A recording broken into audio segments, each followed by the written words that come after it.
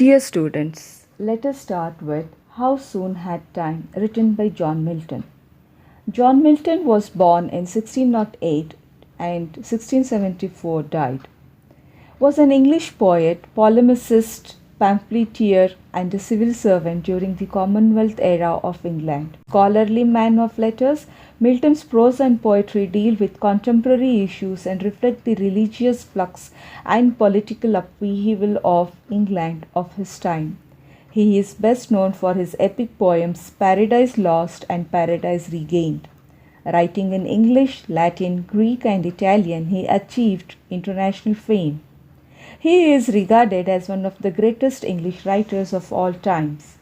John Milton's How Soon Had Time has been analyzed from various aspects, reflecting on his moods, conflicts with beliefs, and personal shortcomings, and most of all, expediency of time. Before we start, let us have some brainstorming. Time and tide waits for none. Maturity comes with age. Do you agree? Yes, my dear students, time and tide never waits for anybody, and so is the theme of the poem. How soon had time, the subtle thief of youth, stolen on his wing my 23rd year. My hasting days fly on with full career, but my late spring no bud or blossom sheathed. Perhaps my semblance might deceive the truth, that I to manhood am arrived so near, and inward ripeness doth much lesser appear, that some more timely happy spirits endured. Yet, be it less or more, or soon or slow, it shall be still in strictest measure even, to that same lot, however mean or high, toward which time leads me, and the will of heaven, all is, if I have grace to use it so, as ever in my great taskmaster's eye. The analysis of the poem. The poem is one of the most intriguing and poignant classic poems. John Milton, the poet of Puritan age, authored the magnum opus Paradise Lost. All in all, he composed 24 sonnets in entirety. He invested 6 crucial years in studying works of notable poets such as Petrarch and Virgil, being an ardent devotee of Esther Grates. The basic premises are time and its cavalier indifference to individualistic attitude irrespective altogether. The poem, owing to its strength and vigor, has stood the test of millenniums as a firm ode to Puritan age poetry, among other notables such as Paradise Lost, Samson, Agonistes, and Lycidas. The poem was a vital literary work in a long movement of poetry stirring in England. The poem starts on a tragic note with John looking in retrospect at his years gone by, with his accomplishments running thin as opposed to years. His belief in God remains shaky as his 2 poems indicates, furthered along by existential crisis externally. The poetic analysis has been sequentially segmented into poetic form, poetic structure, stanza analysis, and personal commentary.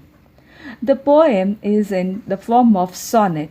Particularly, it is composed in traditional Petrarchian prose, keeping in conjunction with iambic pentameter analogous to William Shakespeare's couplets. However, his selection of themes for poems differs largely from his contemporaries. Popular contemporaries' themes included love and God. Milton opted for rather pedantic themes such as personal issues, politics, and even friendship. Adhering strictly to form and meter, his poetic emotions remain tightly bottled up. Petrarchan sonnet, also known as Italian sonnet, originating in Italy, is a 14-line poem with a variable rhyme scheme. It was popularized by the Italian poet Francesco Petrarch and so named after him. It was brought to England by Sir Thomas Watt and Henry Howard, Earl of Surrey, in the 16th century. How Soon Had Time, a Petrarchan sonnet, is believed to have been written by Milton on his birthday, the 9th of December 1631. Milton begins the poem in a tone of frustration and despair at having lost 23 years without achieving anything noteworthy. But he comforts himself by turning to God. He will achieve what God wants him to, nothing more and nothing less, sooner or later. With its symbolic language, sonnet raises many implicit questions to the reader. Now, let me give you the pointers. The poem starts with how soon had time, the subtle thief of youth, stolen on his wing my 23 year. He is betrayed by the speed at which youth and time have left him with years past, not recording an achievement of substantial value.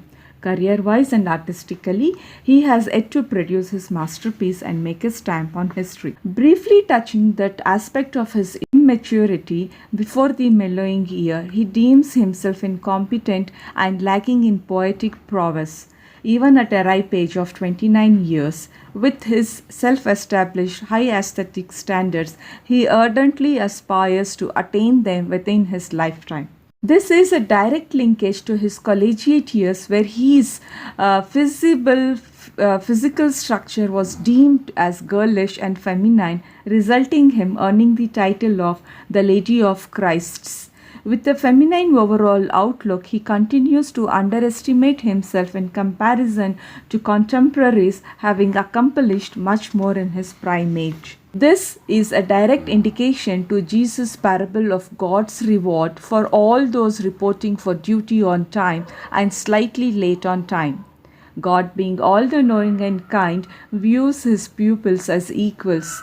It's also an indirect attack on God's double standards ever so delicately. John Milton mentions this discrepancy in his concluding lines, albeit with certain delicacy.